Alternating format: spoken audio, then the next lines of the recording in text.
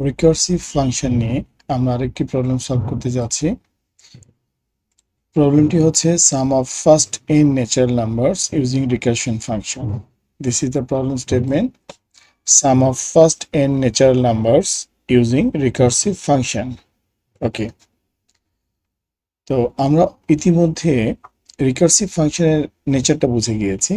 So recursive function under the recursion technique সে নিজে নিজেকে কল করে। ওকে, তো আমাদের এটা আমাদের মেইন ফাংশন। আমরা আমাদের মেইন ফাংশনটি ডিজাইন করে নেই, ভয়েড মেইন। ওকে, এখানে আমরা ইন্টিজার n একটি ভেরিয়েবল ডিক্লেয়ার করলাম, স্ক্যানএফ। আমরা percentage d data type specifier দিয়ে আমরা ইনপুট নেওয়ার ব্যবস্থা করলাম n ভেরিয়েবলে।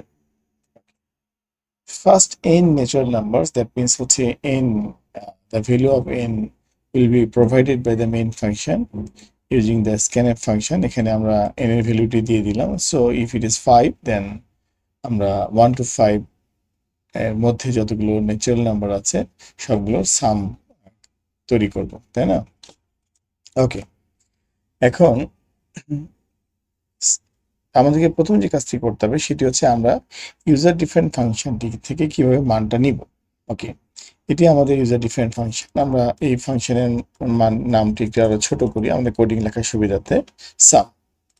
ওকে, তো it will return a integer type value এবং it will receive a integer type value. তাহলে name of the function is sum. তাহলে আমরা এটাকে রিসিভ করার জন্য প্রিন্টএফ ফাংশন গতানুগতিক ওয়েতে আমরা ইউজ করতে পারি পার্সেন্টেজ ডি। সো এখানে আমরা আমাদের ফাংশনটিকে কল করলাম এবং প্যারামিটারে ইনপুট দিয়ে দিলাম n। সো আমরা যে মেইন ফাংশনে n ভেরিয়েবলটি ডিক্লেয়ার করেছিলাম এবং n ভেরিয়েবলে যে ইনপুট নিয়েছিলাম সেই ইনপুটটি আমরা সাম ফাংশনকে দিয়ে দিলাম। সো যখন আমরা এই ইনপুটটি সাম ফাংশন দিয়ে দিব তখন এই ফাংশনের প্যারামিটারটি সেটি রিসিভ করবে। ওকে, আমরা এখানে একটু ক্যাপশনও তৈরি করি, সাম equal to percentage D. Okay, so এখানে আমরা যে কাজটি করলাম সেটি হচ্ছে মেইন ফাংশন থেকে ইউজার ডিফারেন্ট ফাংশনটিকে কল করার একটা ব্যবস্থা করে ফেললাম।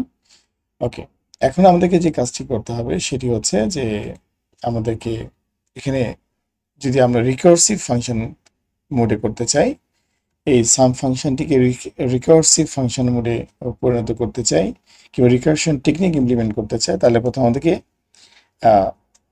এক্সিট প্ল্যান তৈরি করে নিয়ে মাঠে নামতে হবে। ওকে, এক্সিট প্ল্যানটা কি? যদি এই n নট ইকুয়াল টু 0 হয়, মানে 0 এখনো হয়নি, আমরা কি করব? আমরা first n means 1 to n, first n number means 1 to n।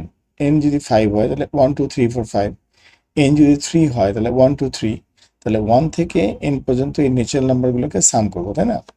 তাহলে আমরা টেকনিকটা এভাবে ইমপ্লিমেন্ট করতে পারি। 1 আমরা একটা ভেরিয়েবল দিয়ে আবার একটা লুপ ইউজ করতে চাচ্ছি না, আমাদের কাছে একটা এফিশিয়েন্ট কোডিং টেকনিক আছে, সেটা হচ্ছে n এর ভ্যালু আমরা জানি। সো আমরা ডিসেন্ডিং অর্ডারে আসতে পারি। ওকে, যদি n নট ইকুয়াল টু 0 হয় দ্যাট মিনস রিটার্ন করো n প্লাস, আমরা রিকার্সিভ মোডে চলে যাচ্ছি। সো আমরা ওয়েট করবো না, অন্য কোনো ভেরিয়েবল ইউজ করবো না, n প্লাস আমাদের ফাংশনের নাম সাম, আমরা এখানে n মাইনাস 1 করে দিলাম। ওকে, তাহলে প্রথমে সামের মান ছিল, n এর মান ছিল যদি ধরি 3, তাহলে 3 প্লাস আবার ফাংশনকে আমি ভ্যালু দিলাম 2, তাহলে 5 হয়ে গেল। 5 প্লাস আবার 2 মাইনাস 1 ফাংশনকে আমি দিলাম 1। এভাবে বারবার n এর মান এক এক করে কমে যাবে এবং ফাংশন সেটাকে নিজেই নিজেকে আবার রিসিভ করবে এবং এখানে সামের জন্য পাঠিয়ে দেবে। ওকে, এলস তা না হলে কি? তা না হলে n এর মান 0 হয়ে গেছে, কারণ n মাইনাস 1 করছি আমরা, তাহলে এক এক করে মাইনাস হতে হতে তো এক সময় 0-তে চলে আসবে। ওকে, তাহলে আমরা বলতে পারি যে যখন 0 চলে আসছে তখন আর আমাদের রিকার্সিভলি কল করার দরকার নেই। n এর যে চূড়ান্ত মানটি আছে সেটি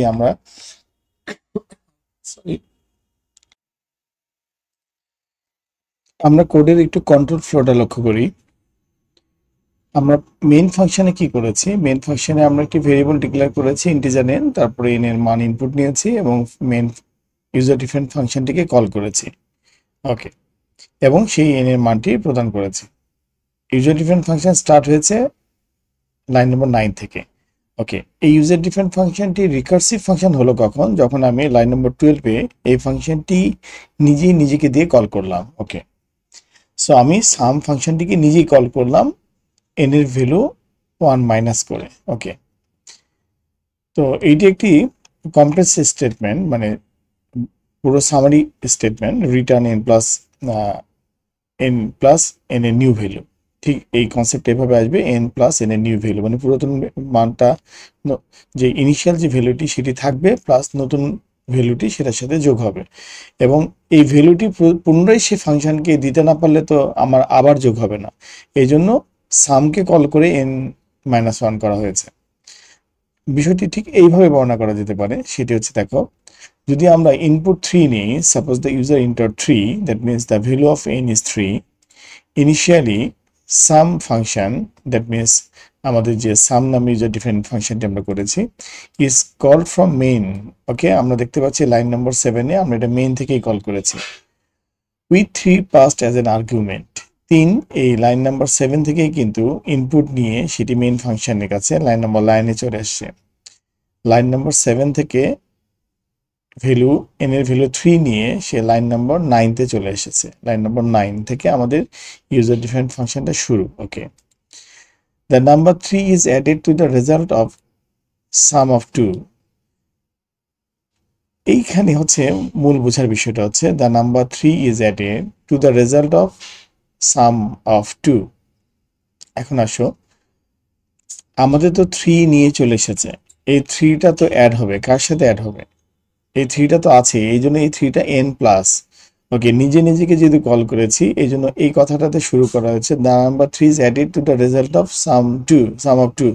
মানে এই ফাংশনের গুরুত্বটা তো বেশি, মানে সেই তো এখানে পাওয়ারফুল এন্টিটি, এই জন্য কথাটাকে এভাবে বোঝানো হয়েছে।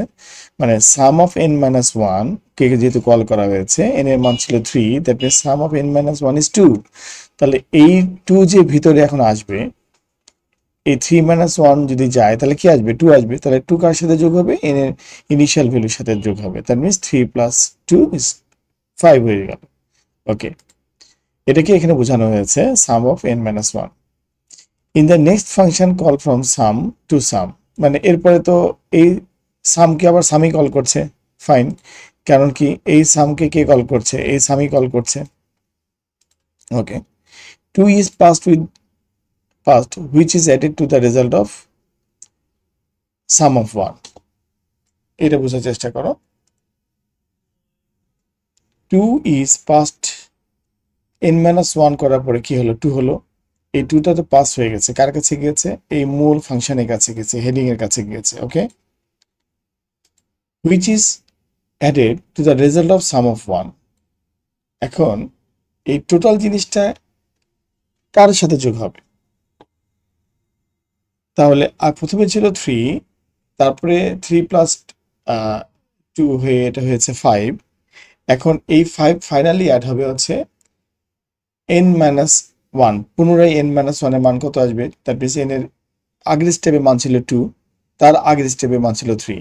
তাহলে ইমিডিয়েট স্টেপে মান ছিল 2, 2 মাইনাস 1, তাহলে 1 এর সাথে আবার এটা অ্যাড হবে। ঠিক আছে, এবং এইভাবে ধীরে ধীরে n এর মান কমতে থাকবে, প্রিভিয়াসটাও স্টোর হবে এবং নতুন ভ্যালুটাও আগের ভ্যালুর সাথে যোগ হবে।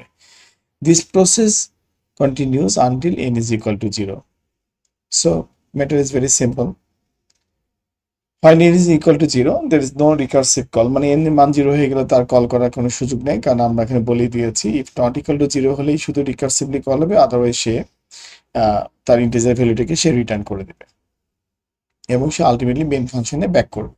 ওকে, তোমরা এইরকম আরো কিছু এক্সারসাইজ তোমাদেরকে প্র্যাকটিস করতে হবে, তাহলে তোমাদের কনসেপ্টটি আরো ক্লিয়ার হয়ে যাবে।